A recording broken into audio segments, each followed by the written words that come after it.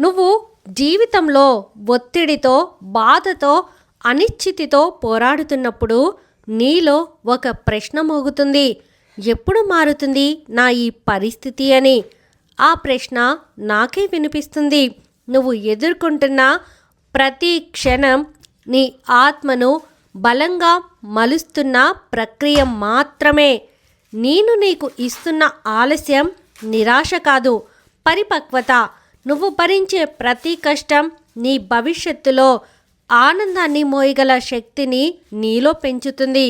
నువ్వు నమ్మకంతో నిలబడి ఉంటే నీ జీవితం ఒక్కసారిగా మారిపోతుందని కాదు, నెమ్మదిగా, బలంగా, శాశ్వతంగా మారుతుందని గుర్తుంచుకో.